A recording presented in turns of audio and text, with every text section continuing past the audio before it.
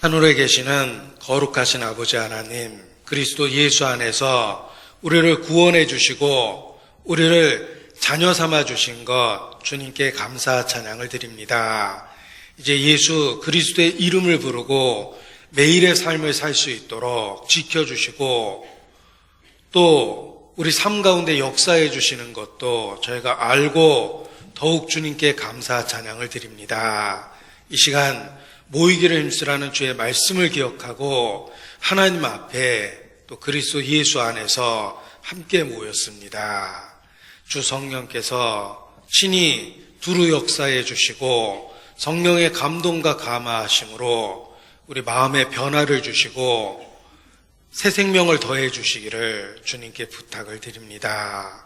우리의 연약함을 절실히 깨달을 때마다 죽은 자를 살리시는 주의 능력만 사모하고 기다립니다. 마른 뼈 같은 우리의 심령 속에 주의 성령으로 채워주시고 주관해 주심으로 주의 군사로 일으켜 주시고 또 사용해 주시기를 주님께 부탁을 드립니다. 우리에게 먼저 허락하신 그 놀라운 복음의 말씀을 또 우리 주변에 전할 수 있도록 함께하여 주시옵소서. 특별히 가족과 친척과 지인들의 그 영혼들을 기억하고 주님 앞에 더욱 간절히 기도합니다. 우리 각 사람을 복의 근원으로 삼아주셔서 우리 주변에 있는 영혼들이 우리로 말미암아 영원한 축복을 받을 수 있도록 주님 역사해 주시옵소서. 또 그 거룩한 역사에 쓰임이 될 수 있도록 우리 자신을 준비하고 세상의 더러운 것으로부터 구별될 수 있도록 붙잡아 주시고 지켜주시기를 주님께 간구합니다. 무엇보다 가족들, 그 중에 이루어진 영혼들이 있습니다. 이 마지막 때 주 예수를 믿으면 너와 내 집에 구원 얻으리라는 그 약속의 말씀이 온전히 이루어질 수 있도록 주님, 우리 가정의 역사해 주시기를 주님께 부탁을 드립니다. 또 생업의 현장에도 함께해 주셔서 필요한 물질을 얻고 가정을 지키고 교회를 섬길 수 있도록 또 도와주시기를 주님께 부탁을 드립니다. 특별히 병상에 고통 가운데 있는 분들 기억해 주시고 전보다 더 건강해질 수 있도록 주의 은혜의 손길로 함께 하시고 치유해 주시기를 주님께 부탁을 드립니다. 마음의 시험을 받는 자, 공고한 자, 고난 가운데 있는 자, 핍박 가운데 있는 자, 모든 것을 아시는 주님께서 능력과 은혜를 더하심으로 그 어려운 때를 잘 견뎌내고 주님 안에서 빛이 될 수 있도록 도와주시기를 주님께 부탁을 드립니다. 이 시간도 머리 숙이고 있는 우리 각 사람을 살펴주시고 합당한 교훈으로 친히 가르쳐 주시고 어그러지고 잘못된 거 고쳐주시기를 주님께 부탁을 드립니다. 우리 가운데 두루 역사하시며 주의 살아계신 영광을 나타내 주시옵소서. 주께 모든 것을 의지합니다. 고마우신 우리 구주 예수님 이름으로 기도합니다. 아멘. 네, 성경 유다서 말씀 찾겠습니다. 유다서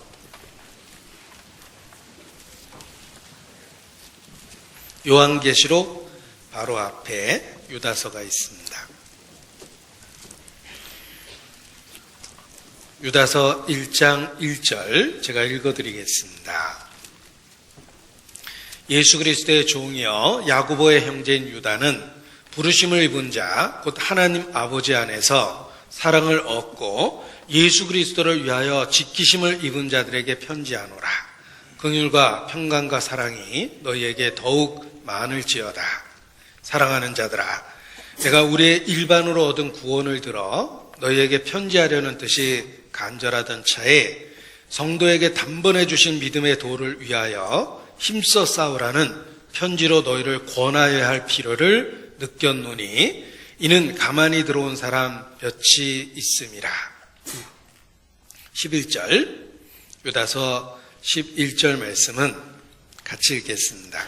화 있을진저 이 사람들이여 가인의 길에 행하였으며 삭슬 위하여 발람의 어그런 길로 몰려갔으며 고라의 폐역을 쫓아 멸망을 받았도다.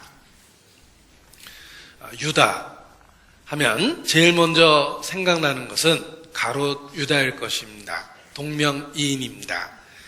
성경에는 유다라는 이름을 가진 사람이 많이 등장하는데 우리가 유다 그러면 불행하게도 제일 먼저 가롯 유다가 먼저 생각이 납니다. 가롯은 지역 이름이고 유다는 사람 이름입니다. 당시에는 성, 패밀리 네임이 없었기 때문에 어느 지역의 누구라는 표현 방식으로 그 사람을 구별해서 불렀습니다. 또는 누구 아들이라는 표현 방식을 사용하기도 했습니다. 그래서 요한의 아들 시몬 이렇게 표현하기도 하고 또 나사렛 예수, 나사렛 지역의 예수다, 누구의 아들이다 이런 방식으로 이름을 표현했는데 유다 그러면 불행하게도 가롯 지방의 유다, 곧 가롯 유다가 먼저 생각이 납니다. 성경의 가장 비극적인 인물입니다. 가롯 유다만 비극적인 것이 아니라 사실은 가롯 유다와 관계된 모든 사람의 삶도 따라서 비극적이라고 말씀드릴 수 있습니다. 이 세상에서 제일 슬픈 부모는 가롯 유다의 부모일 것입니다. 또 이 세상에서 가장 슬픈 친구를 두었다면 가롯 유다의 친구들일 거라고 생각을 합니다.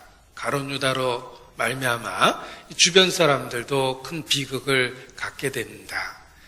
가롯 유다는 예수께서 친히 말씀하시기를 차라리 태어나지 않은 것이 제게는 좋을 뻔했느니라 라고 말씀하시기도 하셨습니다. 사실 유다라는 이름 자체는 아주 좋은 이름입니다. 야곱의 12 아들 중에 하나의 이름이었고 그리고 또 이스라엘 민족 전체를 대표하는 이름이기도 했습니다. 또 국가의 이름으로 사용되기도 했습니다. 분열 왕국 시대에는 북이스라엘, 남유다라고 해서 이 남쪽에 있는 나라 이름을 유다라고 표현하기도 했습니다. 이름 자체는 아주 좋은 이름임에 틀림이 없습니다. 심지어는 민족 자체를 나타내는 이름, 국가 자체를 나타내는 이름이기 때문에 그렇습니다. 우리식으로 표현하면 김한국, 참 이름 좋은 이름이죠. 국가를 대표하는 이름입니다. 또 우리 탤런트 송일국 씨의 아들 이름도 널리 알려져 있는데 대한민국 만세, 새 쌍둥이 이름도 널리 알려져 있습니다. 이름 자체는 국가를 나타내는 이름을 갖고 있으니까 얼마나 영광스럽고 얼마나 좋은 이름입니까? 유다라는 이름은 참 좋은 이름이지만 가롯 유다는 치명적인 잘못된 선택을 했습니다. 그의 잘못된 행동으로 말미암아 가장 비극적인 사람이 된 것입니다. 지금도 좋은 이름을 갖고 있지만 행실이 잘못돼서 나쁘게 평가되는 그런 경우가 있습니다. 좋은 이름을 갖고 있느냐가 중요한 것이 아니라 어떤 선택을 하고 어떤 삶을 사느냐가 참으로 중요하다고 생각을 합니다. 비록 좋은 이름을 갖고 있지만 그 사람의 삶, 라이프 스타일이 잘못된다면 나쁜 평가를 받을 수밖에 없습니다. 저는 개인적으로 제 이름을 어려서부터 좋아하진 않았습니다. 어감이 안 좋다라는 느낌을 가졌습니다. 직장에서도 제 이름을 크게 부르면 다들 이렇게 주변을 살펴봅니다. 서도석 씨 하고 부르면 저도적, 도적 이렇게 들리기 때문에 뭐야 도둑이야? 도둑이야? 막 그러는데 뭐 느낌이 좋지 않다 이런 생각을 했습니다. 그런데 예수님을 만난 이후에는 내 이름이 어떠한가 보다 내가 어떠한 선택을 하고 어떠한 삶을 사느냐가 중요한 거구나 라는 생각을 하고 이름을 부모님이 지어주신 이름이니까 이렇게 애정을 갖고 받아들였습니다.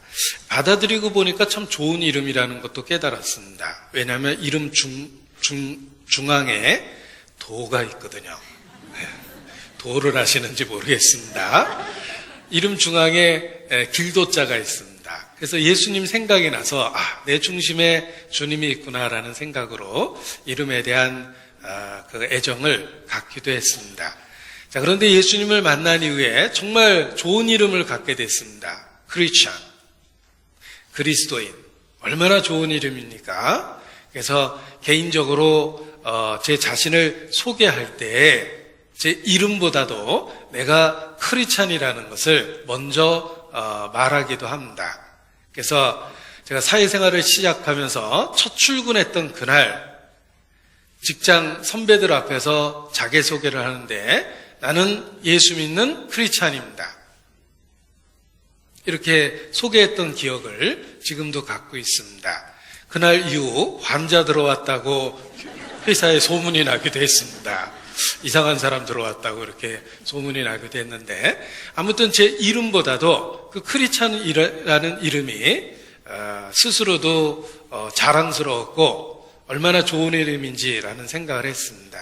내가 이 땅에 태어나서 크리스찬이라고 불리우게 됐다는 것 자체가 얼마나 영광스러운 것인지를 깨달을 때마다 기쁨을 갖게 됩니다. 우리는 신앙을 고백하면서 정말 좋은 이름을 갖게 된 것입니다. 나는 그리스도인입니다. 그리고 그 좋은 이름을 가진 만큼 우리의 삶도 좋은 평가를 받을 수 있도록 올바른 매일의 선택을 해야 되겠다라는 생각을 합니다. 가룟 유다를 기억하십시오. 그는 좋은 이름을 갖고 잘못된 선택을 했기 때문에 가장 비극적인 인물이 된 겁니다. 우리는 좋은 이름을 갖고 있습니다. 그리스도인이라는 세상에서 가장 좋은 이름을 갖고 있습니다. 따라서 매일의 선택을 올바로 해서 이름에 맞게 삶을 살아내야 되겠다라는 생각을 하게 됩니다. 알렉산더 대왕이 사고를 크게 친 병사를 신문을 했습니다. 왕이 직접 재판을 했는데 내 이름이 무엇이냐 하고 물어보니까 그 병사가 주저거리더니 주저 하면서 저 알렉산더입니다 그러더랍니다. 알렉산더가 더 기가 막혔답니다. 너 앞으로 그 이름 쓰지 마라. 아니면 행실을 바꾸든지. 왕과 같은 이름을 가졌다는 건 영광스러운데 행실이 잘못됐기 때문에 왕에게 불명예를 끼치는 것입니다. 하나님은 우리에게 정말 좋은 이름을 주셨습니다. 크리스찬, 얼마나 멋있습니까? 그래서 이름에 맞게 살아야 되겠다라는 생각을 하게 됩니다. 유다. 이 유다라는 이름은 참 좋은 이름입니다. 이 유다서를 기록한 유다는 가룟 유다가 아니라 여기 구별해서 자신이 누군지를 밝히고 있습니다. 예수 그리스도의 종이요 야고보의 형제인 유다는 이렇게 표현합니다. 이 야고보 하면 초대교회 이 편지를 받는 모든 사람들은 야고보를 잘 알고 있었습니다. 왜냐하면 초대교회의 지도자입니다. 예루살렘 교회의 지도자입니다. 그래서 야고보의 이름을 거론하면 누군지 금방 알 수 있기 때문에 유다는 자신을 야고보의 친형제라고 이렇게 소개하고 있는 것입니다. 그런데 초대교회의 지도자였던 야고보는 예수님의 육신의 동생이었습니다. 육신적으로 동생이었습니다. 요셉과 마리아 정혼하고 동침하기 전에 처녀인 상태에서 예수님은 성령으로 잉태되었습니다. 그래서 맏아들을 낳았다. 이렇게 성경은 기록하고 있습니다. 그리고 그 이후에 마리아와 요셉은 육신적인 관계에 의해서 자녀를 출산하고 정상적인 가정 생활을 했습니다. 그것이 성경의 기록입니다. 가톨릭에서는 오랫동안 성경을 못 보게 했습니다. 허락된 사람만이 허락된 장소에서 제한된 페이지를 읽게 했습니다. 그리고 교황의 가르침을 또 다른 성경이라고 주장했습니다. 그래서 어떤 교황이 마리아가 평생 처녀로 계셨다, 산채로 승천했다고 가르치고, 그때부터 마리아는 처녀로 있었다, 산채로 승천했다고 가르쳤습니다. 더더욱 성경을 못 보게 할 수밖에 없었습니다. 왜냐하면 성경과 다른 거짓을 가르쳤기 때문입니다. 그래서 가톨릭 역사 속에는 오랫동안 성경이 금서였습니다. 불과 200여 년 전까지만 해도 성경은 읽어서는 안 되는 책이고 번역을 금지시켰습니다. 라틴어로만 성경을 읽었습니다. 성경을 번역했다는 이유로 얼마나 많은 사람들이 역사 속에서 순교를 당했습니까? 영어를 사용하는 사람들은 셰익스피어의 문장들을 지금도 자연스럽게 인용합니다. 야, 기가 막힌 명문장이다 하면서 셰익스피어의 문장을 인용하는데, 사실 그들이 사용하는 언어에는 셰익스피어의 문장이 몇 문장 안 됩니다. 대부분 그들이 사용하는 주옥과 같은 표현은 성경에서 온 겁니다.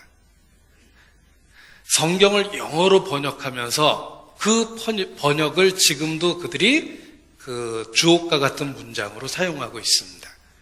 그래서 셰익스피어의 문장은 몇 문장 사용하지 않으면서도 사람들에게 칭찬을 받는데, 그들은 영어로 번역된 그 명문장을 누가 번역했는지조차도 모르고 있다는 것입니다.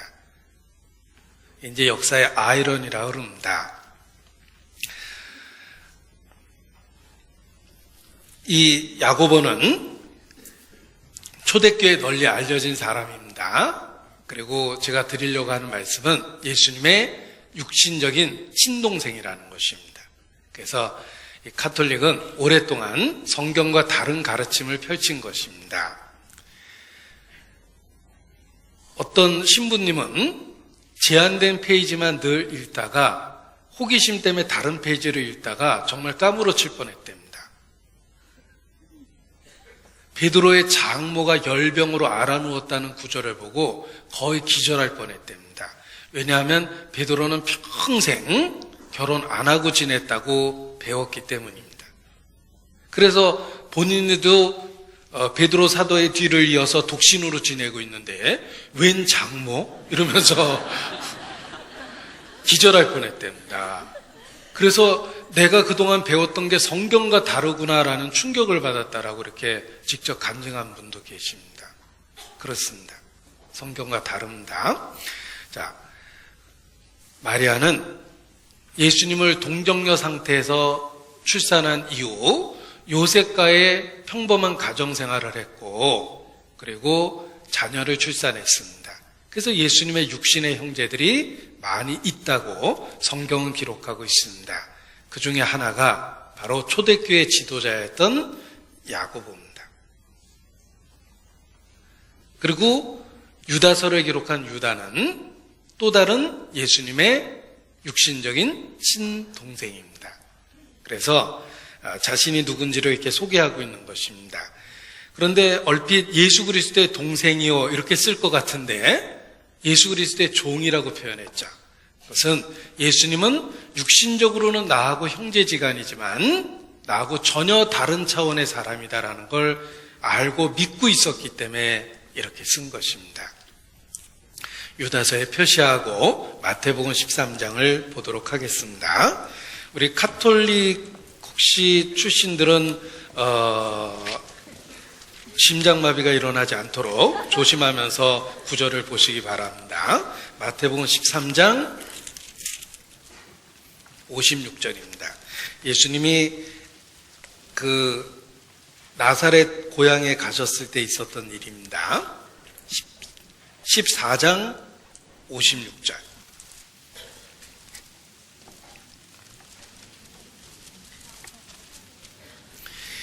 제가 읽어드리겠습니다. 이는 그 목수의 아들이 아니냐? 예수님 보고 이야기하는 겁니다. 요셉에 대한 기억을 하고 있었던 거예요. 아버지 요셉은 목수였고 예수님도 아버지의 일을 도왔죠. 그래서 목수라고 그러는 겁니다. 제가 영어 단어 중에 일찍 배운 영어 단어 중에 하나가 카펜터입니다. 카펜터라는 단어를 먼저 배운 이유는 목수라는 뜻이며 예수님과 관련됐기 때문에 카펜터라는 단어를 배웠는데 이 동네 사람들은 요셉을 기억한 겁니다. 그 목수 아들이네? 이렇게 예수님을 기억을 해냈습니다. 그 모친은 마리아. 잘 알고 있죠? 그 형제들은 적어도 4명의 형제를 거론합니다. 야고보, 요셉, 시몬, 유다. 이 유다가 유다서를 기록한 유다고 야고보가 초대교회의 예루살렘 지도자였던 야고보입니다. 야고보, 요셉, 시몬, 유다라 하지 않느냐. 그 누이들은 다 우리와 함께 있지 아니하냐. 예수님의 가족들이 나사렛에 아직 많이 살고 있었던 겁니다. 이 말씀을 보면 적어도 예수님의 친동생이 6명은 된다는 걸 알 수 있죠. 4명의 아들들이 있고 누이들 그랬으니까 2명인지 3명인지 5명인지 모르겠지만 하나는 아니에요. 따라서 적어도 6명 이상의 동생이 있었으니까 꽤 오랫동안 결혼 생활을 한 겁니다. 그런데 분명한 성경의 기록을 보면서도 동정녀로 평생을 지내셨다. 산채로 승천하셨다. 라고 성경에 없는 말을 한 겁니다. 성경에 없는데요. 하나님이 어떻게 다 기록하냐. 지금 알려주지 않느냐 내가. 이렇게 이야기하는 겁니다. 그게 이제 교회 전승은 성경과 같은 권위에 있다. 버금가다라는 주장으로 그렇게 이야기하는 겁니다. 자, 아무튼 유다는 예수님의 친동생 중에 하나입니다. 그런데 이 성경의 기록을 살펴보면 예수님의 친동생이었지만 처음부터 예수님을 믿은 건 아닙니다. 예수의 동생들이라도 저를 믿지 아니하였습니다. 라고 기록하고 있습니다. 그런데 그 동생들이 믿음을 갖게 된 결정적인 사건이 있습니다. 예수님이 부활하신 겁니다.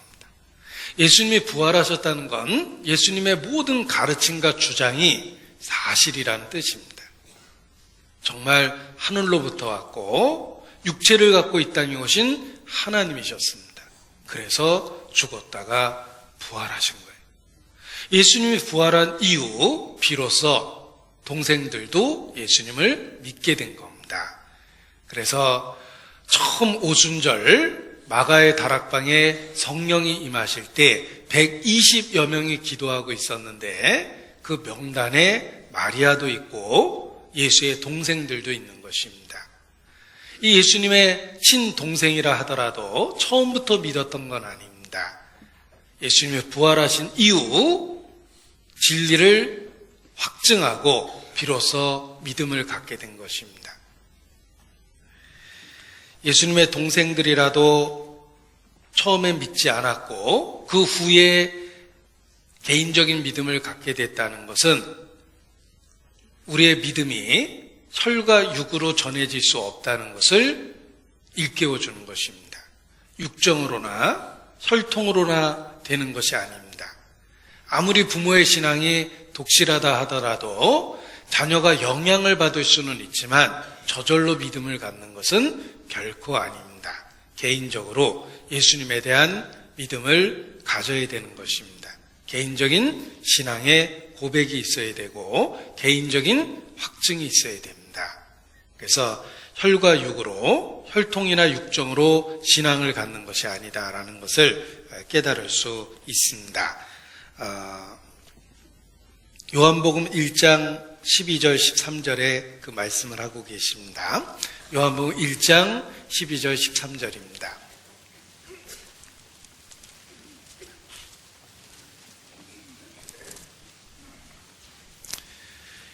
마귀가 제일 무서워하는 소리는 총소리가 아닙니다. 성경 넘기는 소리를 그렇게 무서워한답니다. 요즘 교회 가면 성경 넘기는 소리가 없어요.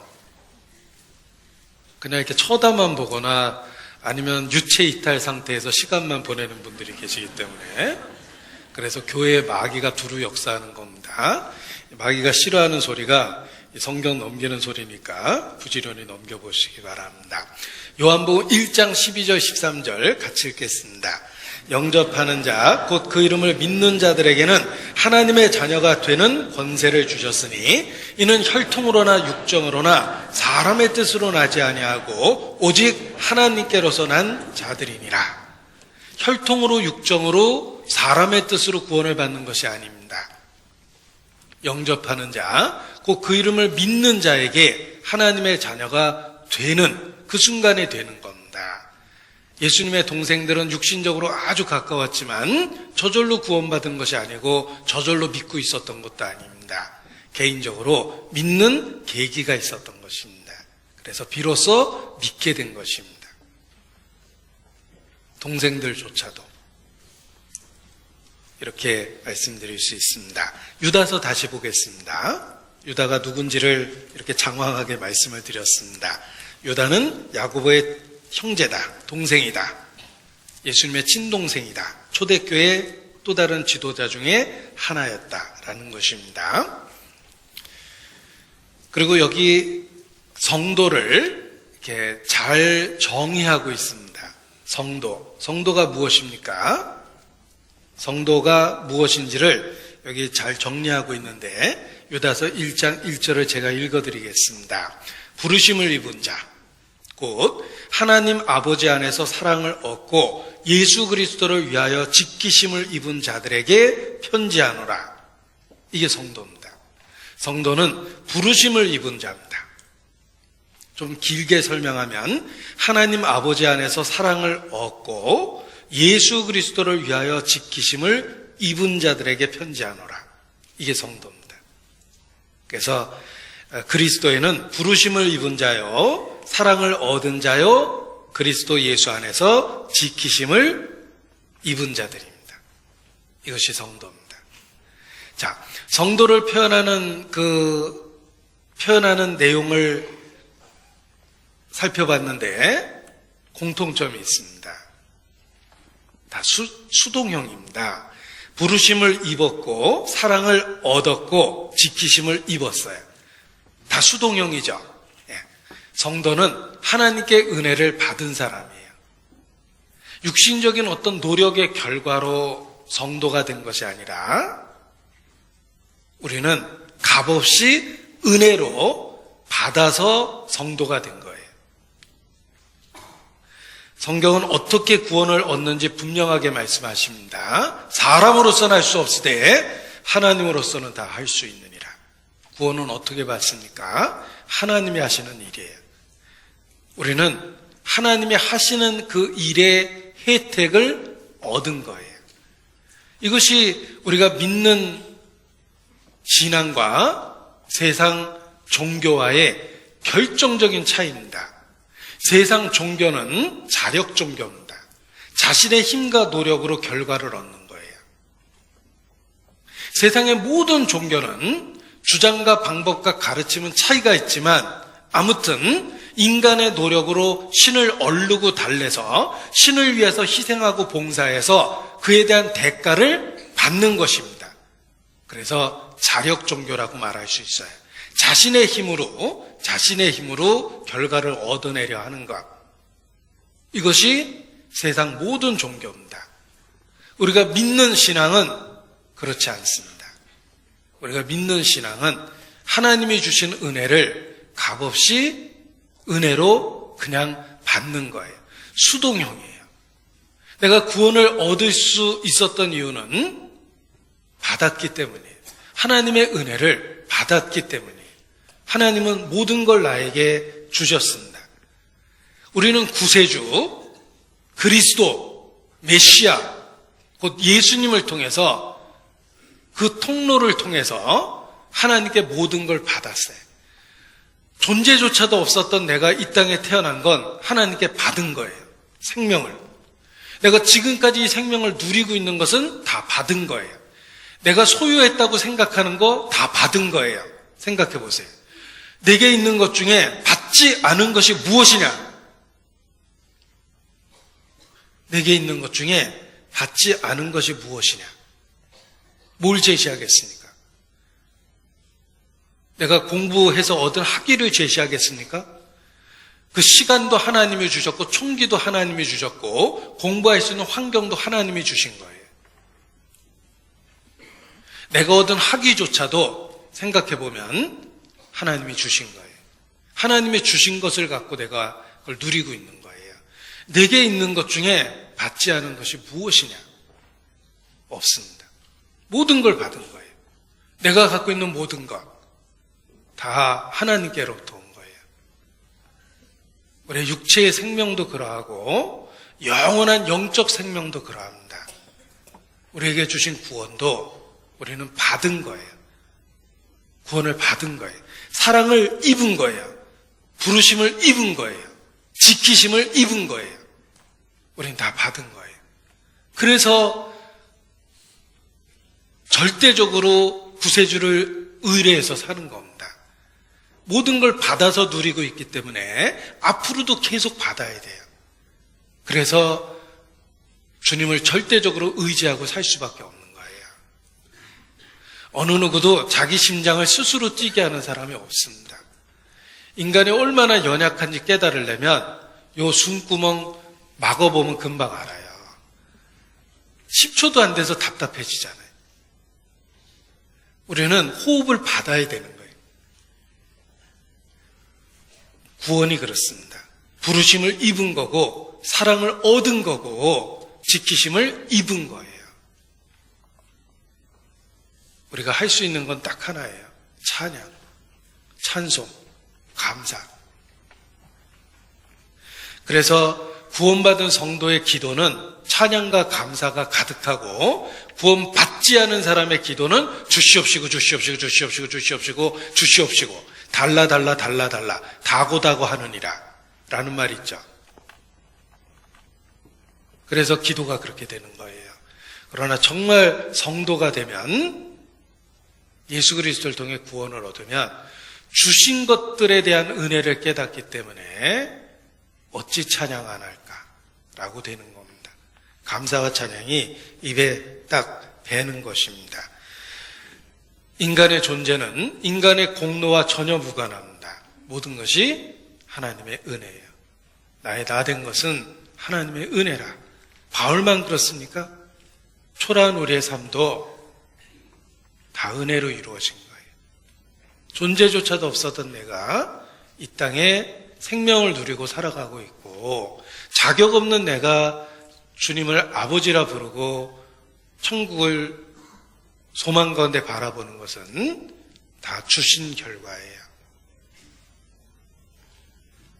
그래서 성도는 부르심을 입은 자고 사랑을 얻은 자고 지키심을 입은 자다. 우리는 그냥 다 받은 거예요. 그래서 자랑할 게 없는 거예요. 자랑할 건 없고 감사할 것만 있는 거예요. 고린도 유다서에는 표시하겠습니다. 고린도전서 1장입니다. 고린도전서 1장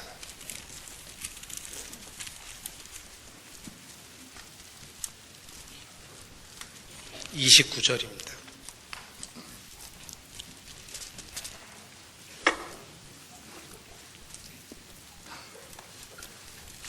고린도전서 1장 29절 함께 읽습니다. 이는 아무 육체라도 하나님 앞에서 자랑하지 못하게 하려 하심이라. 31절도 같이 읽습니다. 기록된 바 자랑하는 자는 주 안에서 자랑할 함과 같게 하려 함이니라. 주 안에서 우리가 감사하고 자랑할 게 있는 것이지 주님을 떠나서는 우리 스스로 난 것은 아무것도 없기 때문에 자랑할 것이 없습니다. 이는 아무 육체라도 하나님 앞에서 자랑하지 못하게 하려 하심이라. 그래서 성도는 모든 것을 하나님께 얻은 사람, 받은 사람, 혜택을 입은 사람이라고 표현하는 것입니다. 그래서 영어로 표현하기를 제가 좋아합니다. I am saved. 수동형이죠? 비동사 플러스 BP잖아요. 나는 구원을 받은 거예요. I am forgiven. 나는 용서를 받은 거예요. 그 영어의 수동태가 성도의 정체성을 딱 보여줍니다. 우리는 모든 걸 그리스도 안에서 은혜로 받았어요. 그래서 감사와 찬양을 할 수밖에 없는 겁니다.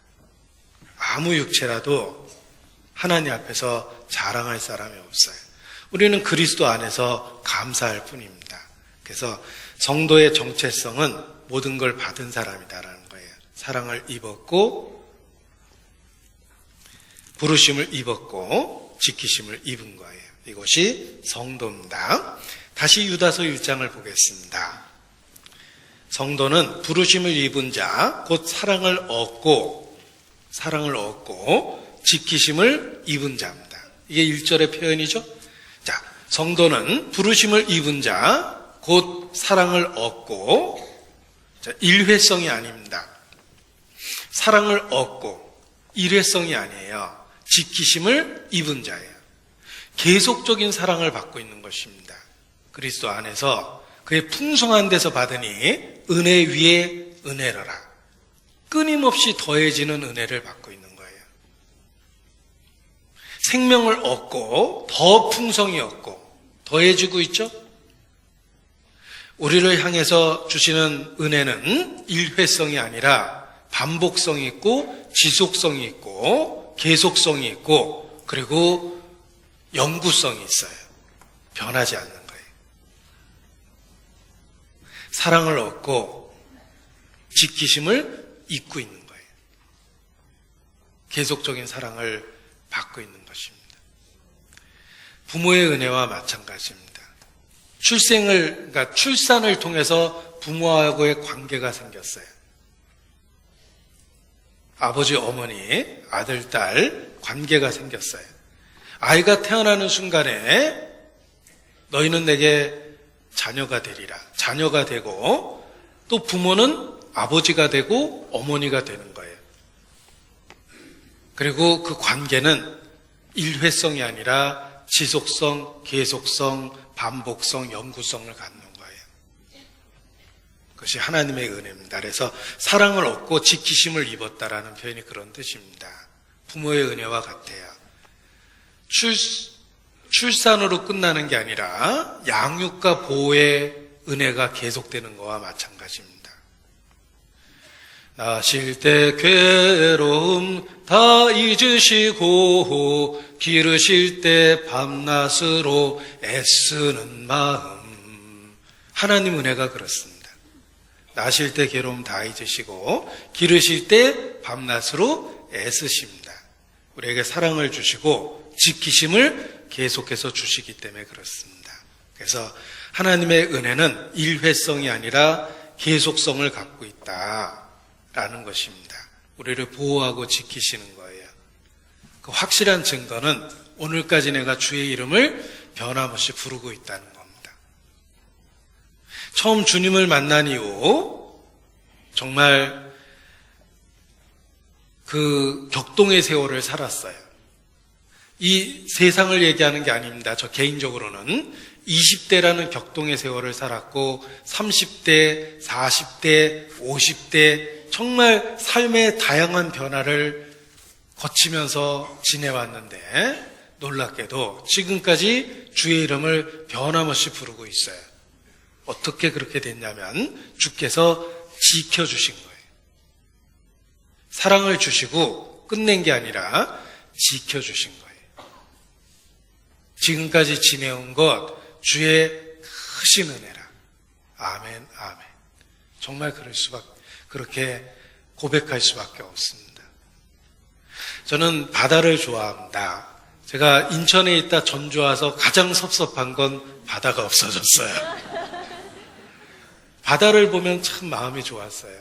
그냥 정말 그 바다 보고 있으면 1시간, 2시간도 그 자연이 주는 위로 앞에 시간 가는 줄 모르고 앉아있을 수 있었어요. 특히 파도 치는 거 보면 은혜가 됩니다. 파도는 한 번으로 절대 안 끝나요. 바다는 끊임없이 요동하죠. 그래서 살아있는 거예요. 밀려오는 파도. 끝난 게 아니에요. 바로 뒤에 또 다른 파도가 밀려오고, 그리고 끝이 아니에요. 저기 멀리서 또 다른 파도가 또 와요. 거기 앉아있다 보면 끊임없이 파도가 밀려옵니다. 때로는 두려움을 주지만 하나님의 은혜를 생각나게 합니다. 하나님의 은혜는 한 번 끝나는 게 아니에요. 또 다른 은혜가 밀려오고 있고 또 다른 은혜가 준비돼서 밀려오고 있는 거예요. 그래서 우리가 신앙을 지키고 이 세상을 살아낼 수 있는 겁니다.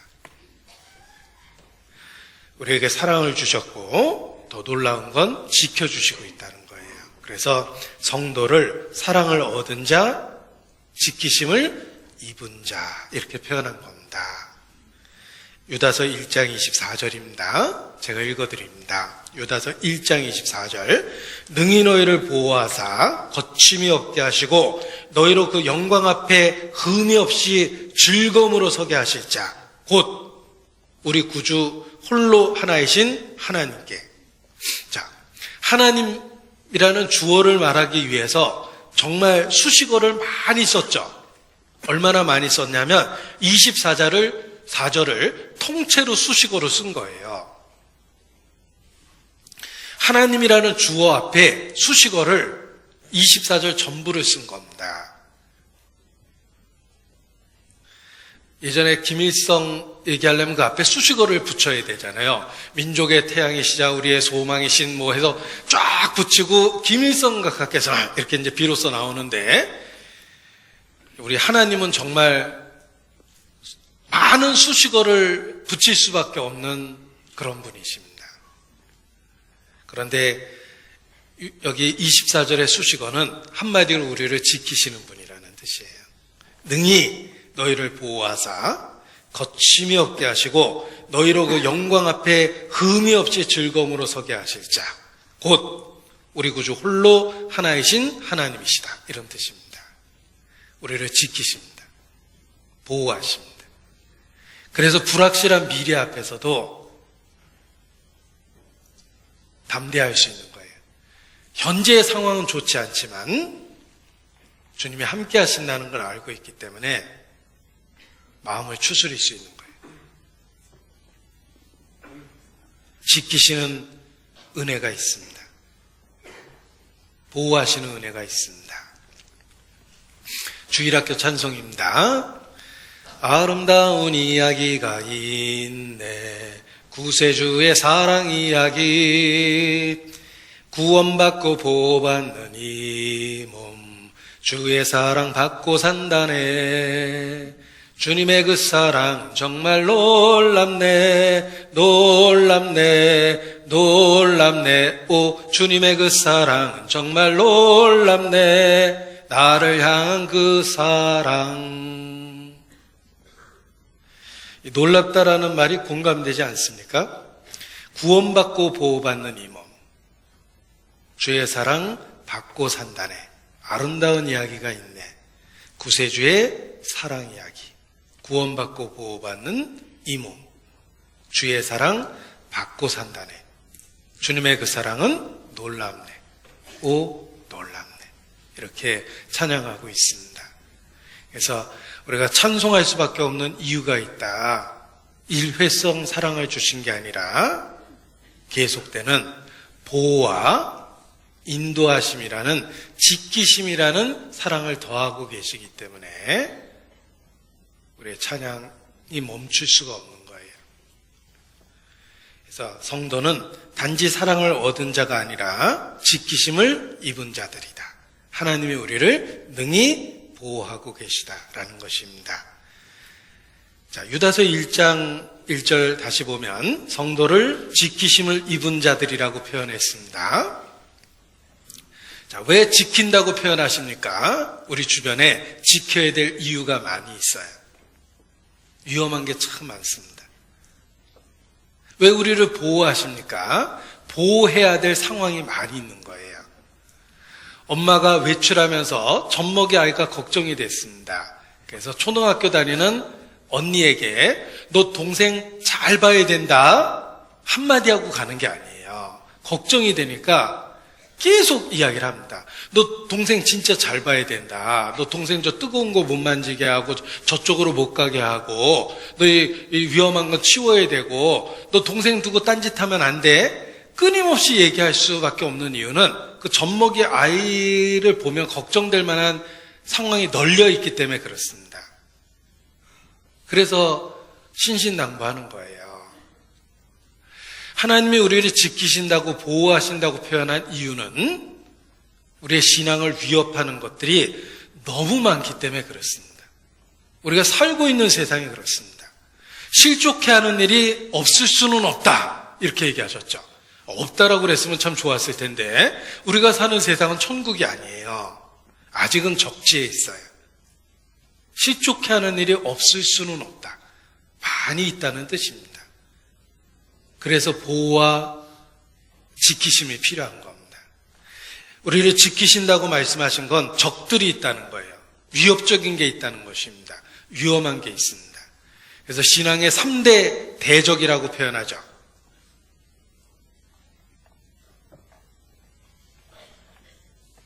3대 대적이 뭔가 막 고민하고 계시는데 신앙의 3대 대적이 있습니다. 첫 번째는 우리 본성이에요. 내 안에 있는 적.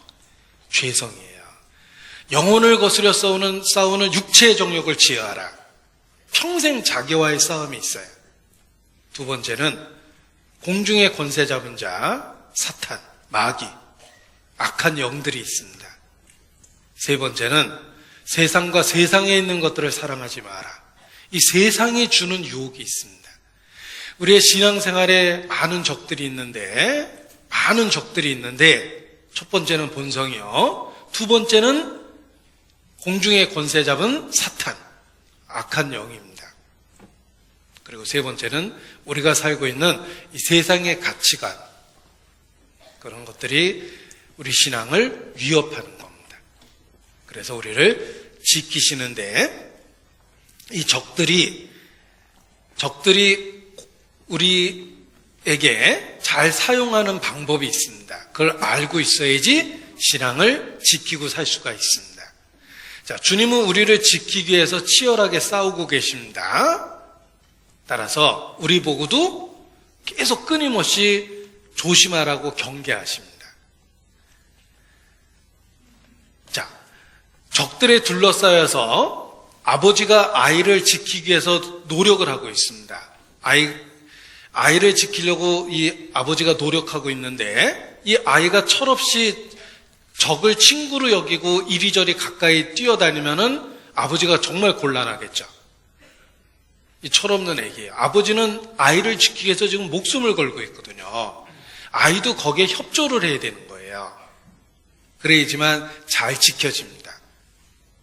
우리 동물의 왕국을 봐도 사자가 끊임없이 소떼를 쫓아다니는데 새끼를 노려요.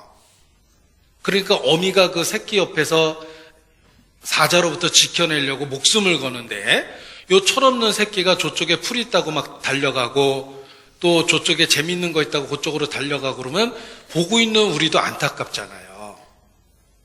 영적으로 그럴 수 있다는 거예요. 주님은 우리를 지키기 위해서 힘써 싸우고 계시는데 우리가 그 앞에서 철없이 적들 앞에서 돌아다니면 안 되는 겁니다. 주님이 우리를 지키기 위해서 싸우고 있다면 우리도 적을 적으로 인식하고 같이 싸우고 있어야 돼요. 그것이 신앙생활입니다. 그래서 싸우라고 얘기하시는 거예요. 여기 3절에 보면 사랑하는 자들아, 내가 우리의 일반으로 얻은 구원을 들어 너에게 편지하려는 뜻이 간절하던 차에 성도에게 단번에 주신 믿음의 도를 위하여 힘써 싸우라는 편지로 너희를 권하여야 할 필요를 느꼈노니. 싸워야 될 적이 있다는 거예요. 대충 싸우라고 안 그러셨죠? 힘써 싸워야 된다. 왜냐하면 주님이 우리를 위해서 지금 힘써 싸우고 있기 때문에 우리도 주님과 더불어 힘써 싸워야 된다라고 권면하고 있는 것입니다.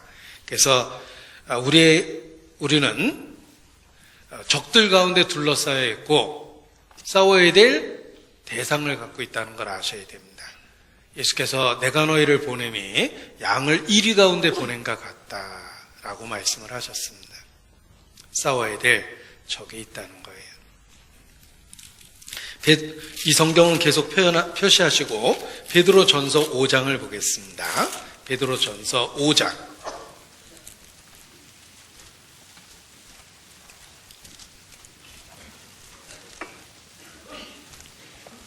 베드로전서 5장 8절 9절 같이 읽겠습니다. 근신하라 깨어라 너희 대적 마귀가 우는 사자같이 두루다니며 삼킬 자를 찾나니 너희는 믿음을 굳게 하여 저를 대적하라. 이는 세상에 있는 너희 형제들도 동일한 고난을 당하는 줄 알미니라. 모든 성도는 똑같은 적과 싸우고 있습니다. 너희 대적 마귀가 우는 사자같이 두루다니거든요. 따라서 근신하라 깨어라 힘써 싸워라. 주님이 우리를 지키시고 있기 때문에 우리도 조심해야 돼요. 주님이 힘써 싸우고 계시기 때문에 우리도 믿음의 도를 위해서 힘써 싸워야 되는 것입니다. 그래서 잘못된 것이 우리 안에 들어오지 않도록 우리도 경계하고 근신하고 깨어 있어야 되고 잘못된 것과 치열하게 싸워야 됩니다. 그것이 우리 자신을 지켜낼 수 있는 방법입니다. 자, 그렇다면 이 적들이 어떤 적들이 있는지 유다서에서 언급하신 그 적에 대한 이야기를 드리고자 합니다. 자, 6.25 때 연합군들이 들어왔습니다. 먼저는 누구하고 싸워야 되는지 명확히 알아야 되겠죠. 그렇지 않으면 아군한테 총질하게 됩니다. 그래서 연합군을 모아놓고 우리가 싸워야 될 적을 식별하는 요령을 가르쳐줍니다. 자, 우리가 싸워야 될 첫 번째 적은 북한군입니다. 북한군은 이렇게 무장되어 있습니다. 우리가 싸워야 될 두 번째 적은 중공군입니다. 그리고 우리가 싸워야 될 세 번째 군은 소련군입니다. 그래서 북한군, 중공군, 소련군 이렇게 연합군들에게 싸워야 될 적들을 인식시켜야지만 전쟁이 되는 겁니다. 마찬가지로 우리가 단번에 주신 믿음의 도를 지키기 위해서 싸워야 될 적이 있습니다. 그 적들을 인식하셔야 되는데 알고 계셔야 되는데 적들을 알려드리겠습니다. 유다서 11절입니다. 여기 북한군, 중공군, 소련군이 있습니다. 11절을 같이 읽죠. 화 있을진저 이 사람들이여 가인의 길에 행하였으며 삭슬 위하여 발람의 어그러진 길로 몰려갔으며 고라의 패역을 쫓아 멸망을 받았도다. 여기 가인의 길, 발람의 어그러진 길, 고라의 패역이라고 일컬어지는 적들이 있습니다. 우리에게 쉽게 이해할 수 있도록 역사적 사례를 들어서 실물 교훈으로 말씀하십니다. 우리가 싸워야 될 영적 적은 이 세 가지 적이 있습니다. 그리고 이해하기 쉽도록 역사적 사례로 실물 교훈으로 말씀하셨어요. 가인의 길, 그리고 발람의 어그러진 길, 그리고 고라의 패역, 이 세 가지를 언급하셨습니다. 우리가 성경을 공부해야 되는 이유는 가인이 누구고 발람이 누구고 고라가 누군지 알아야 되기 때문에 성경을 공부해야 되는 것입니다. 전쟁에 참여했는데 적이 누군지도 모르면 아군에게 피해를 줄 수 있습니다. 거꾸로 폭격할 수 있잖아요. 따라서 적부터 알아야 됩니다. 신앙생활에 적을 아셔야 돼요. 가인, 발람, 고라입니다. 따라서 우리가 성경을 공부하지 않을 수가 없어요. 가인이 뭐야? 뭘 잘못했어? 발람이 누군데? 고라는 또 누구야? 이렇게 얘기하면 안 된다라는 거예요. 하나님은 가인이 누구고 발람이 누구고 고라가 누군지를 이미 말씀하셨습니다. 따라서 우리가 그들이 무슨 잘못을 했는지를 알아야 하지만 내 인생 중에 똑같은 잘못을 선택하지 않게 되는 것입니다. 가인의 길에 행했다고 그랬죠. 가인이 살았던 삶의 방법과 방식이 잘못됐다는 거예요. 또 발람의 어그러진 길이라고 그랬죠. 발람의 삶의 방식도 잘못됐다는 것입니다. 그 다음에 고라의 폐역이라고 그랬죠. 고라는 내적인 잘못된 인성을 갖고 있었어요. 그래서 이 가인, 발람, 고라가 누군지 아셔야 되는데, 이 장황한 이야기를 제가 도대체 몇 부로 나눠서 얘기할까 고민이 됩니다. 그래서 그냥 오늘 한 번에 다 얘기할 수 있도록 짧게 얘기를 하려고 합니다. 먼저는 가인의 길을 보겠습니다. 창세기 4장입니다. 창세기 4장 3절입니다. 아담의 아들 이름입니다. 가인. 가인의 후예라는 말은 살인자라는 뜻입니다. 바로 최초의 살인자가 됐기 때문인데 누굴 죽였냐면 동생을 죽였어요. 근친을 죽였습니다. 4장 3절. 세월이 지난 후에 가인은 땅의 소산으로 제물을 삼아 여호와께 드렸고 아벨은 자기도 양의 첫 새끼와 그 기름으로 드렸더니 여호와께서 아벨과 그 제물은 연락하셨으나, 잘 보셔야 됩니다. 아벨과 그 제물 둘을 하나로 묶었죠. 사람과 제물을 하나로 보신 거예요. 가인과 그 제물은 연락하지 아니하신지라. 하나님이 아벨의 제물을 연락했다는 뜻은 아벨을 받아줬다는 뜻이에요. 가인의 제물을 받아주지 않았다는 것은 가인을 거절했다는 뜻이에요. 제물과 그 사람은 묶여 있어요. 우리도 하나님 앞에 나갈 때 가인의 제물을 택하든지 아벨의 제물을 택하든지 해야 됩니다. 가인은 땅의 소산물을 드렸어요. 자기의 노력과 수고와 땀방울의 결과를 드린 거예요. 아벨은 하나님이 주신 양 그대로를 드렸어요. 신약 성경은 아벨은 믿음으로 제사를 하여 하나님께 받으신 바 되었다라고 기록하고 있습니다. 아벨은 믿음으로 제사를 드렸어요. 가인은 자기 노력과 수고와 희생으로 하나님께 드리고 그 대가를 바란 거예요. 그게 가인이에요. 이 가인의 길로 행했다는 말은, 가인의 길로 행했다라는 말은 공로의식입니다. 보상의식이에요. 내가 이렇게 많은 수고를 했으니까 10배, 100배로 갚아주세요. 최선을 다했잖아요. 내가 갖고 있는 것 중에 제일 좋은 겁니다. 당당하고 떳떳했죠. 그게 자기 공로라는 거예요. 가인은 공로의식이 가득했고 보상의식이 가득했어요. 그런데 결정적으로 뭘 잘못했냐면 하나님의 뜻을 무시해버린 거예요. 하나님은 긍휼과 은혜를 베푸기를 원했는데 가인은 자기가 수고한 거에 대한 대가를 달라고 그런 거예요. 자기 방법과 방식대로 하나님께 나아간 사람, 가인입니다. 하나님을 존중하고 하나님의 방법과 방식대로 나아간 사람, 그게 믿음이라고 그러죠. 하나님의 방식을 그대로 받아들였다는 뜻이에요. 그게 아벨이에요. 아벨만 받으셨어요. 가인은 자기중심적이었고 자기 방법과 방식대로 하나님께 나아갔으며 공로의식과 보상의식이 가득했어요. 그래서 버림받은 거예요.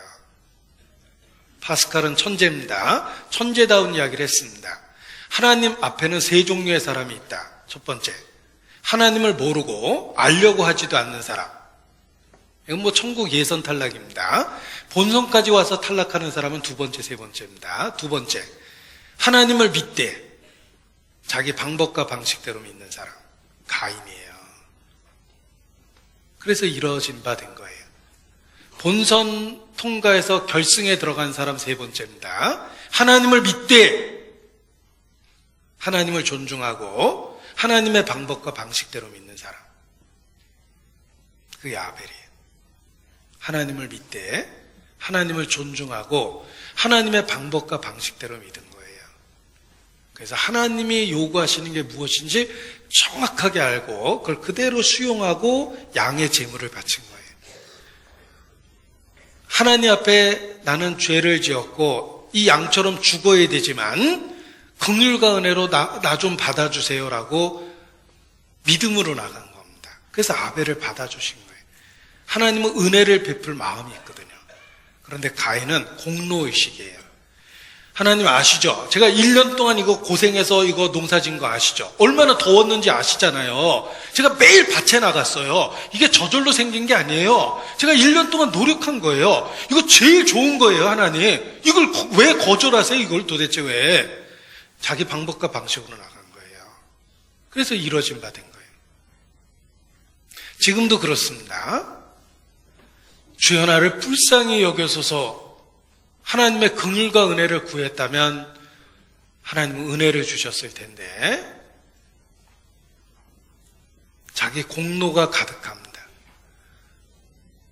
자기 노력의 결과로 보상의식을 갖고 하나님과 타협하려고 그러면 하나님이 못 받으시는 거예요.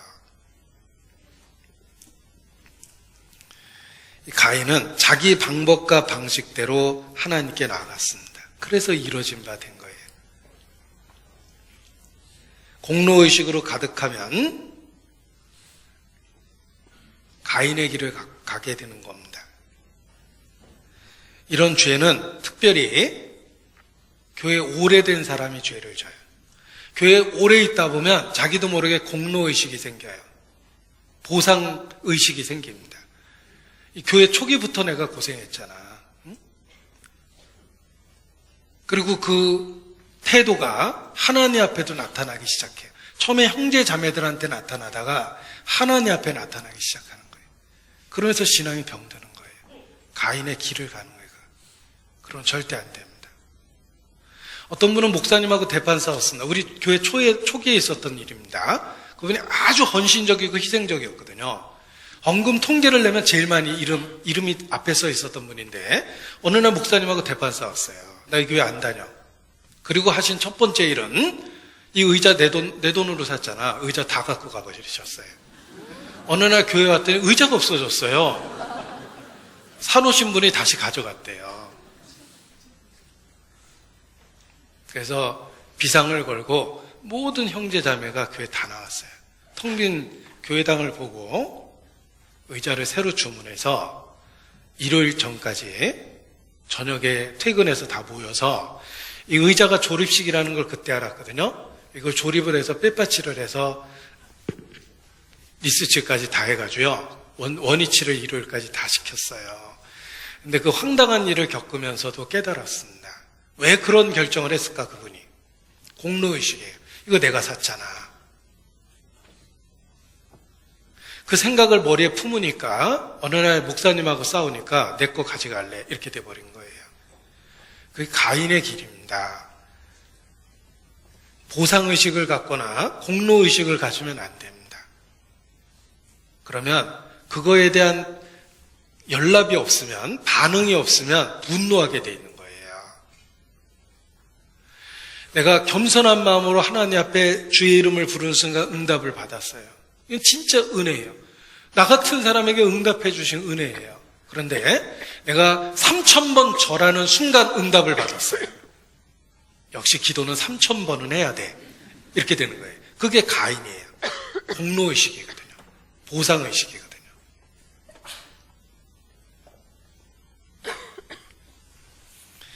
이 가인은 처음부터 잘못된 태도를 취한 겁니다. 하나님을 무시하고 자기 방법과 방식대로 하나님께 나아간 사람. 가인의 길로 가면 안 됩니다. 공로의식, 보상의식을 버려야 돼요. 게다가 가인은 하나님께 거절되니까 마음에 있는 악이 확 드러났어요. 동생인데 미움이 가득해졌죠? 동생을 살해했어요. 요한일서 3장입니다. 요한일서 3장. 요한일서 3장.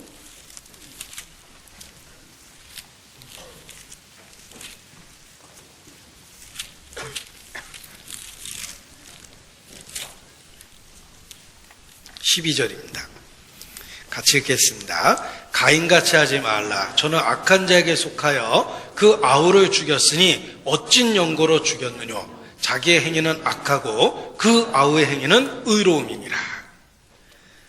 가인은 하나님께 거절됐을 때 회개한 게 아니라 하나님이 받은 아벨을 미워하기 시작했어요. 그리고 동생을 살해합니다. 형제 애가 없었죠. 그리고 하나님 앞에 쫓겨나게 되는데, 요세푸스라는 역사학자는 전해져 내려오는 가인의 삶을 이렇게 기록하고 있습니다. 요세푸스가 기록한 전해져 오는 가인의 그 후의 삶입니다. 가인은 아벨을 살해한 후 육신의 쾌락에 빠져 살았다. 강탈과 폭력으로 부를 축적하며 사치를 일삼으며 일생을 살았다. 이렇게 기록하고 있습니다. 살인자다운 인생이죠. 잘못된 선택을 했고 잘못된 행동을 했고 돌이키지 않고 계속 잘못 간 거예요. 가인의 길로 가면 안 됩니다. 특히 구원받은 지 오래되면 될수록 공로의식을 가지면 절대 안 되는 거예요. 과거의 희생을 바탕으로 오늘 공로의식을 갖고 살면 안 되는 거예요. 성공한 사업가가 고향을 방문해서 열렬한 환영을 받았답니다. 그 고향 출신으로 성공한 사업가예요. 자기가 어렸을 때 다녔던 교회에서 간증 집회를 했습니다. 이렇게 간증을 했습니다. 제가 성공한 이유는 하나님의 은혜 때문입니다. 제 어린 시절 저는 부흥회 때 그 강사 목사님의 설교를 들고 그 당시에 저의 전 재산이었던 1.7달러를 하나님께 모두 드렸습니다. 그날 이후 하나님은 저를 축복하셨고 제가 이렇게 부자가 됐습니다. 그래서 성공을 했습니다. 하고 이렇게 간증 집회를 했는데 거기 한 그 할머니께서 큰 소리로 외치셨답니다. 다시 한번 해보슈. 자, 이분은 어렸을 때 1.7달러 바친 거를 평생 자부하고 살았죠. 다시 한번 해보슈. 더 큰 축복을 받을 테니까. 우리는 과거의 어떤 희생을 평생 공로 삼아서 현재 자신의 타협된 생활에 위로를 삼으면 안 됩니다. 지금이 어떠냐가 문제예요. 우리 가끔 과거 이야기 많이 하잖아요. 야, 그때는 우리 밤새서 교제했잖아. 지금은 뭐 또 뭐여? 이러면 안 된다라는 거예요. 공로의식 버려야 됩니다. 특별히 오래된 분이 조심하셔야 돼요. 저도 마찬가지예요. 제가 청년회 때 구원을 받았기 때문에 스스로도 경계합니다. 그게 가인의 길이라는 걸 알고 있기 때문에 그래요. 나는 무익한 종이라. 나의 나 된 것은 주의 은혜라. 고백을 해야 돼요. 자, 두 번째, 발람입니다. 이 발람, 민수기 22장입니다. 발람은 당시에 하나님과 교통하고 있었던 선지자인데 인격이 좋지 않았어요. 발람 민수기 22장입니다. 민수기 22장 2절에 또 다른 등장인물이 있습니다. 민수기 22장 2절. 십볼의 아들 발락이 이렇게 되어 있죠. 이 십볼의 아들 발락이 모압 왕이에요. 같은 발시라고 헷갈리면 안 됩니다. 십볼의 아들 발락은 모압 왕인데 그가 엄청난 복술의 예물을 가지고 발람을 찾아가서 이스라엘을 저주해달라고 부탁을 합니다. 근데 발람은 알았어요. 하나님의 백성이거든요. 아무도 이스라엘을 막질 못해요. 그들을 저주한다는 건 스스로 저주를 자초하는 거예요. 안 된다고 그러는데 엄청난 예물을 가져오고 더 높은 사신을 보내고 내가 너한테 잘해주려고 그러는데 왜 모르냐? 내가 너 축복해주려고 그러는데 너희 하나님이 너 그거 막는 거다. 뭐 별 얘기를 다 합니다. 그러니까 이제 흔들린 거예요. 그러면서 이 발람이 삭슬 위하여 이스라엘을 무너뜨릴 괴계를 가르쳐 줍니다.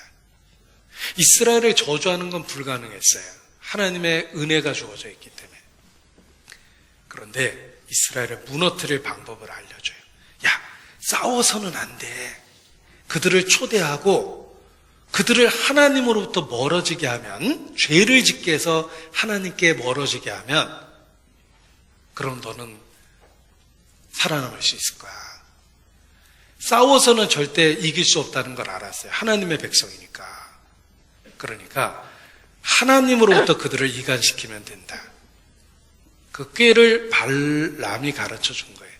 그래서 이 모압 왕이 이스라엘 백성들을 막 초대해가지고 잔치하고 매일 먹이고 아름다운 자기 민족의 여자들과 오고 가게 하고 자기들 우상 숭배하는데 데려와서 우리 마침 제사 드리고 있었는데 같이 드리자 그러고 절하게 만들고 막 그럽니다.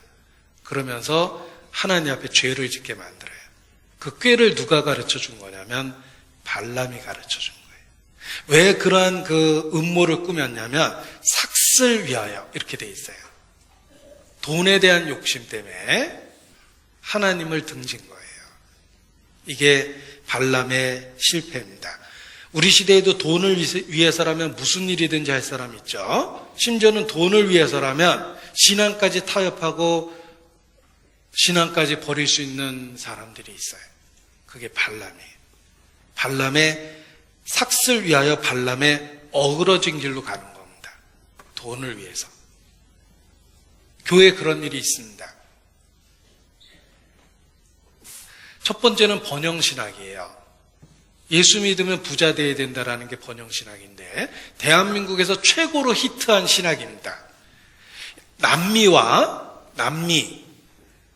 대한민국에서 가장 히트한 교파가 번영신학이에요. 오순절 교파예요. 예수 믿고 건강하고 복받자라는 거예요. 예수 믿는데 왜 아직도 가난한가? 예수 믿는데 왜 아파? 예수 믿는데 왜 그렇게 살아? 이게 번영신학입니다. 삭슬 위하여 발람의 어그러진 길로 간 거예요. 경제적 유익을 위해서 신학, 믿는 내용까지 바꿀 수 있다. 이게 이제 발람의 이야기입니다. 금전적인 유익을 위해서 신앙을 타협하고 교회에 해를 끼치는 것, 이런 것들이 다 발람의 어그러진 길입니다. 교회 안에서도 그런 일이 있기 때문에 좀 슬픈데 제가 어떤 특정한 분을 기억하고 이야기하는 건 아닙니다. 많이 본 사례 중에 하나예요. 이런 겁니다. 형제 자매를 영업의 대상으로 생각하는 거예요. 내가 어떤 물건을 10개 팔면 1개를 얻을 수 있는 경우가 있죠. 예를 들면 돌침대 10대 팔면 하나 준다 그러면 10대를 형제 자매들에게 열심히 파는 거예요. 이렇게 좋은 걸 왜 안 쓰냐고. 그래서 10대를 팔아서 내가 1대를 갖는 거예요. 난 열심히 일해서 1대를 얻은 것처럼 보이지만 형제 자매를 이익의 도구로 생각한 거예요. 그런 일을 교회에서 너도나도 하면 어떻게 됩니까? 무리가 져요. 친한 사람이 생겨요. 내 거 사준 사람. 그래서 보통 형제 자매한테는 안녕하세요, 안녕하세요 그러다 내 거 사준 분을 만나면 어이쿠 안녕하세요. 자기도 모르게 그렇게 되는 거예요. 삭슬 위하여 발람의 어그러진 길로 간 거예요. 우리가 영업을 하면 바깥에서 외인을 향해서 해야지 형제 자매를 향해서 하면 안 됩니다. 유익을 주려면 괜찮아요. 내가 하고 있는 이 일이 형제 자매에게도 유익을 주는 거다 그러면 해도 돼요. 그래서 이 발람은 삭슬 위하여 타협한 사람에 대한 대표적인 예가 되는 겁니다. 디모데전서 6장입니다.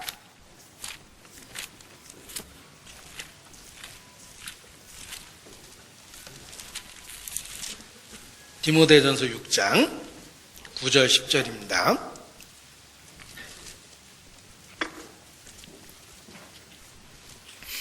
디모데전서 6장 9절 10절 같이 읽죠. 부하려 하는 자들은 시험과 올무와 여러 가지 어리석고 해로운 정욕에 떨어지나니 그 사람으로 침륜과 멸망에 빠지게 하는 것이라. 돈을 사랑함이 일만하게 뿌리가 되나니 이것을 사모하는 자들이 미혹을 받아 믿음에서 떠나 많은 근심으로써 자기를 찔렀도다. 그래서 금전적인 유익 때문에 개인적인 신앙을 타협하는 행동, 이런 행동이 이제 잘못된 겁니다.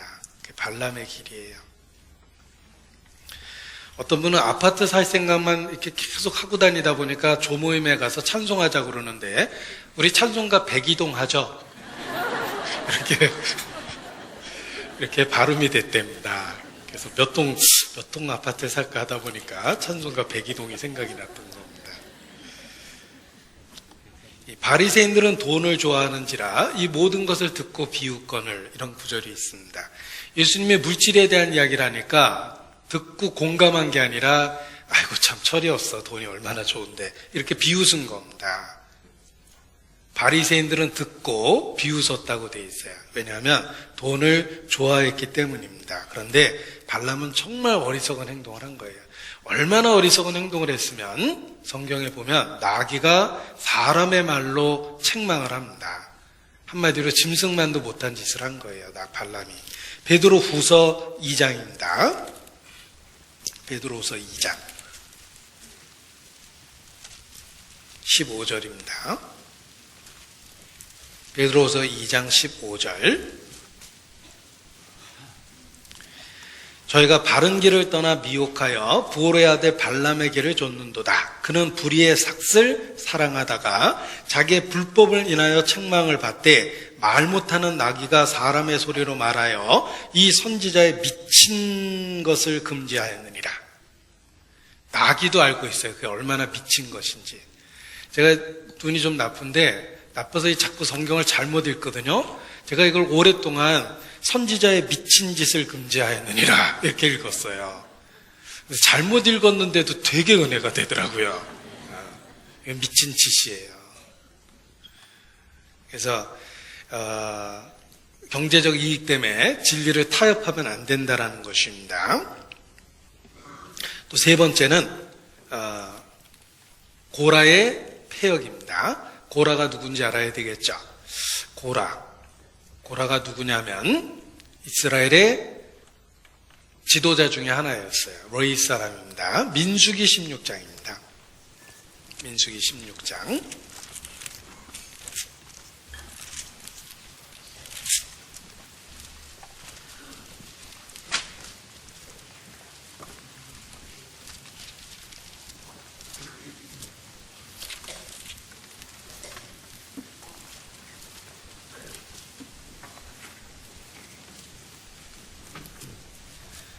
1절부터 제가 읽어드립니다.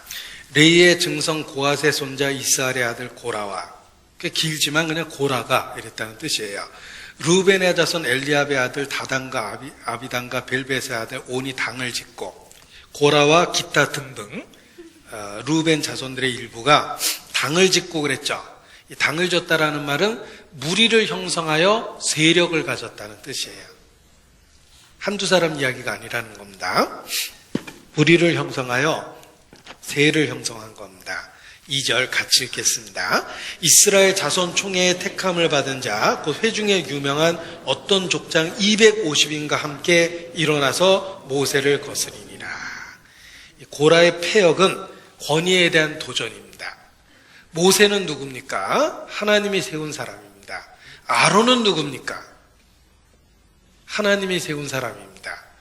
그 권위에 대한 도전은 그 뒤에 역사하시는 하나님을 무시한 거예요.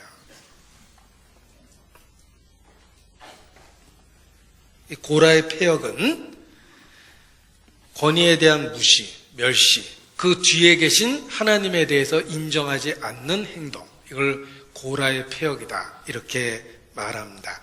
그리고 자기가 갖고 있는 직분을 작게 여긴 거예요. 그게 고라의 폐역입니다. 그래서 8절부터 제가 읽어드립니다. 모세가 또 고라에게 이르되 너희 레위 자손들아 들으라. 고라 자손들입니다. 이스라엘의 하나님이 이스라엘 회중에서 너희를 구별하여 자기에게 가까이 하게 하사 여호와의 성막에서 봉사하게 하시며 회중 앞에 서서 그들을 대신하여 섬기게 하심이 너희에게 작은 일이겠느냐.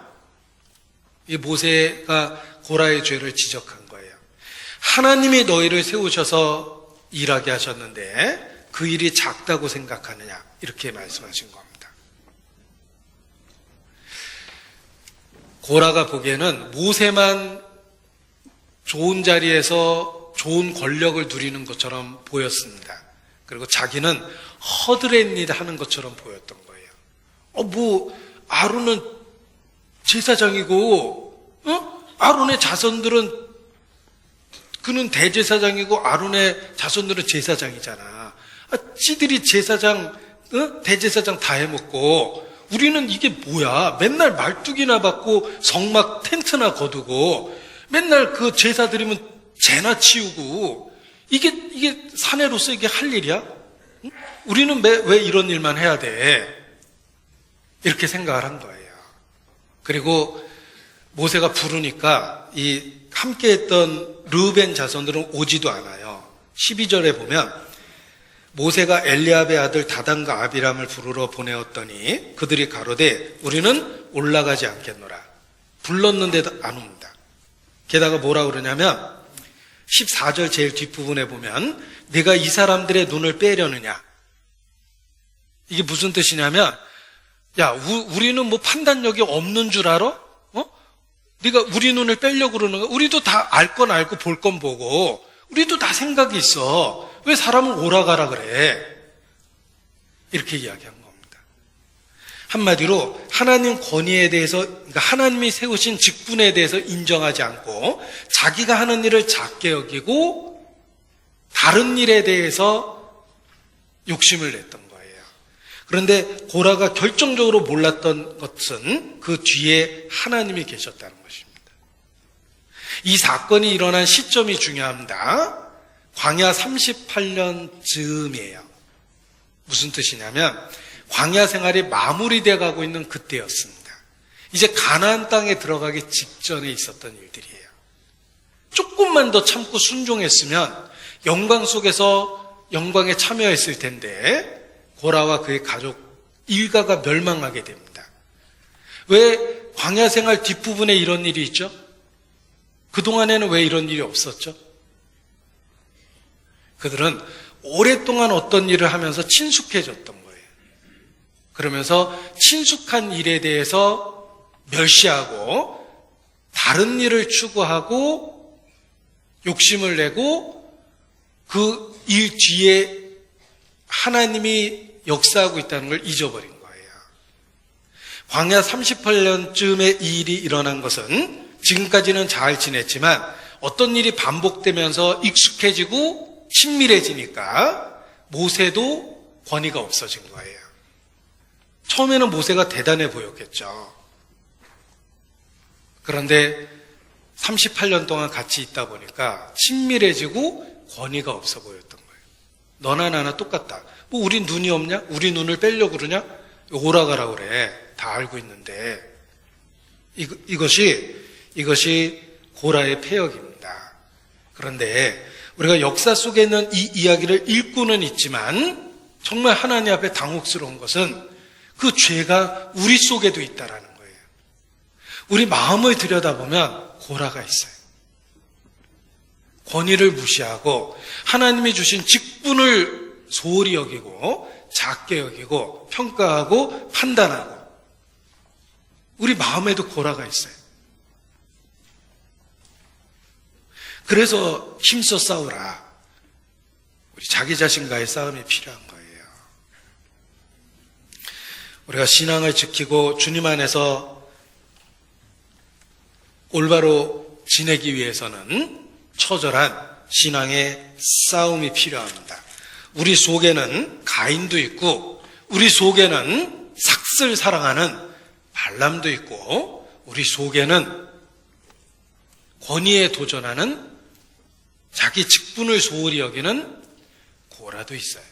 그래서 힘써 싸우라 라고 이야기할 때 이 말씀이 우리 자신과의 싸움에 해당되는 것입니다. 우리 안에 있는 그러한 세 가지 속성과 치열하게 싸워야 됩니다. 제가 이 말씀을 오늘 주제로 삼은 이유가 있습니다. 연말에는 새로운 임원을 세우기 위해서 우리 형제자매님들의 이름을 보고 고민을 합니다. 그리고 좀 더 잘해보려고 교회 여러 직분과 조직에도 변화를 주려고 합니다. 변화를 주는 이유는 좀 더 좋은 방법으로 해보려고 변화를 주는 겁니다. 그런데 우리 속에 있는 가인이나 우리 속에 있는 발람이나 우리 속에 있는 고라가 혹 잘못 작용하게 되면 그걸 이해하려는 마음보다는 판단하고 비판하려는 마음이 더 강해져요. 그래서 연말에 그 직분을 이렇게 서로 세우는 과정 속에서 사실 우리 자신도 많이 시험받고 상처를 받게 됩니다. 예를 들면 나는 어떤 일을 올해도 할 거라고 생각했는데 갑자기 직분이 없어지는 경우도 있어요. 그것은 우리가 기도하다 보면 하나님이 다른 일을 해보라고 나한테 그러시나 보다. 다른 방법으로 다른 위치에서 다른 일을 하라고 하시는가 보다라고 정리가 되는데 기도하기 전에 얼핏 생각하면 마음에 섭섭함이나 분노가 생깁니다. 그래서 예를 들면 어떤 직분에서 갑자기 내려오면 내가 뭐 잘못했나? 뭐 목사님한테 찍혔나? 이렇게 얘기하는 분도 없지 않아 계십니다. 그렇게 생각하면 안 된다라는 거예요. 그래서 우리 가운데 역사하시는 주님을 우리가 먼저는 믿고 그리고 어떤 변화를 줄 때는 정말 교회를 위해서 더 잘해보자는 관점에서 변화를 주는 거기 때문에 어떤 관점에서 그런 결정을 했는지 이해해보고 다른 관점에서 의견이 있으면 의견을 주는 것은 괜찮지만 부정적으로 먼저 이렇게 판단하는 것은 옳지 않다고 생각합니다. 그래서 제가 계속 우리 교회 전도인들이나 또는 몇몇 분하고 내년 임원이나 직분이나 조직에 대한 의논을 하고 있습니다. 그래서 개인적으로 전화를 받고 의견을 듣거나 또는 개인적으로 어떤 권유를 받을 텐데 즉흥적으로 일어나는 반응은 되게 육신적인 반응이기 때문에 먼저 기도하시고 충분히 기도하시고 그리고 그리스도 안에서 좋은 선택을 했으면 좋겠습니다. 고린도후서 1장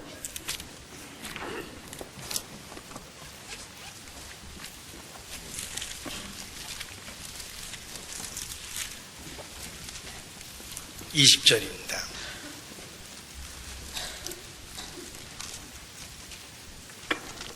고린도후서 1장 20절 같이 읽겠습니다. 하나님의 약속은 얼마든지 그리스도 안에서 예가 되니 그런즉 그로 말미암아 우리가 아멘하여 하나님께 영광을 돌리게 되느니라. 그리스도 안에서 하나님의 약속은 얼마든지 이해가 됩니다. 하나님이 제자들을 사람을 낚는 어부가 되게 하리라고 부르셨을 때는 그들은 자격이나 상황이 전혀 준비가 되지 않았습니다. 그러나 그리스도 안에서 예라고 순종했을 때 하나님이 그렇게 될 수 있도록 만들어 가셨습니다. 누구든지 그렇습니다. 내 상황이나 환경으로는 예를 할 상황이 아니에요. 그러나 그리스도 안에서 예하면 주님이 그 일을 할 수 있는 환경과 상황을 만들어 주십니다. 예를 들면 내가 아파서 일하기가 어려우면 그 상황은 충분히 이해가 됩니다. 그러나 일을 안 한다고 해서 안 아플 건 아니에요. 못 깨달으셨나 봐요. 사람은 계속 아파요. 계속 힘들고. 그런데 정말 주님 안에서 이해하면 아픈 중에도 그 일을 할 수 있을 만큼의 은혜는 주셔요. 어려웠는데 어려운 가운데서도 그 일을 할 수 있을 만큼의 은혜는 주셔요. 그것이 그동안에 우리들의 경험이기도 합니다. 그래서 자기 위치를 지키고 자기의 일을 기쁨으로 할 수 있었던 것입니다. 그래서 우리가 좀 더 잘해보자는 취지에서 변화를 주고 직분에도 변화를 주는 것이니까 정말 기도하는 가운데 이렇게 좋은 선택을 하시기를 바랍니다. 뭐 조장하라는 전화 듣고 많이 울었어요. 이런 이야기는 가능한 안 하도록 정말 하나님이 나 같은 사람을 불러주시는 거 보니까 일할 수 있는 능력과 상황과 환경을 주시려고 하나 보다 라고 이렇게 주님 안에서 이해하는 생각을 해주셨으면 좋겠습니다. 그러시죠? 예. 우리 시대를 제가 오해할까봐 강하게 표현하기는 좀 어려운데 우리 시대가 정말 설렘 속에서 매일의 삶을 살 수 있는 시대라고 생각합니다. 주님 앞에 곧 서겠다라는 그 설렘 속에서 지낼 수 있는 시대라고 생각하는데 이러한 시대에 정말 주님이 나를 쓰시겠다고 하면 은혜를 주시는 거예요. 그래서 우리 만약에 천국에 들어갈 때 작성해야 될 서류가 있다면 뭐 이름, 구원받은 날짜, 뭐 간증도 쓰시오 이런 것도 있을 것 같은데 거기에 소속교회, 직분 이런 것도 있을 것 같아요. 그런데 무직, 하는 일 없음 이렇게 쓰면은 좀 들어갈 때 창피하잖아요. 뭔가 내가 그래도 한 부분 주의 몸된 교회 안에서 내 역할을 하고 있었다라는 그 역할이 있어야 된다고 생각합니다. 그래서 새롭게 주어지는 한 해는 정말 일을 찾아서 하는 충성된 그런 일꾼이 되었으면 좋겠습니다. 기도하시겠습니다. 거룩하신 아버지 하나님, 우리를 구원해 주시고 오늘까지 지켜주시는 것 주님께 감사 찬양을 드립니다. 우리 속에 가인의 길을 가고자 하는 마음도 있고 발람의 어우러진 길을 택하려는 유혹도 있습니다. 또 고라의 폐역과 같은 권위에 도전하는 마음도 있습니다. 우리의 마음을 다스려 주시고 그리스도인으로 합당하게 마음과 생각을 변화시켜 주시기를 주님께 기도합니다. 또 우리에게 주어진 일을 기쁨으로 받을 수 있도록 마음을 넓혀 주시고 모든 일을 할 수 있는 환경과 능력도 더하여 주시기를 주님께 부탁을 드립니다. 주께 의지합니다.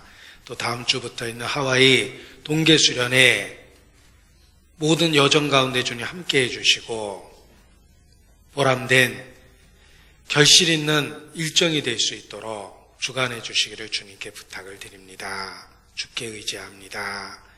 또 이 시간 진행되고 있는 1박 2일 농선부 수련회가 있습니다. 말씀을 듣는 영혼들 모두 변화받을 수 있도록 주의 은혜를 더해 주시기를 더욱 간절히 기도합니다. 고마우신 우리 구주 예수님 이름으로 기도합니다. 아멘.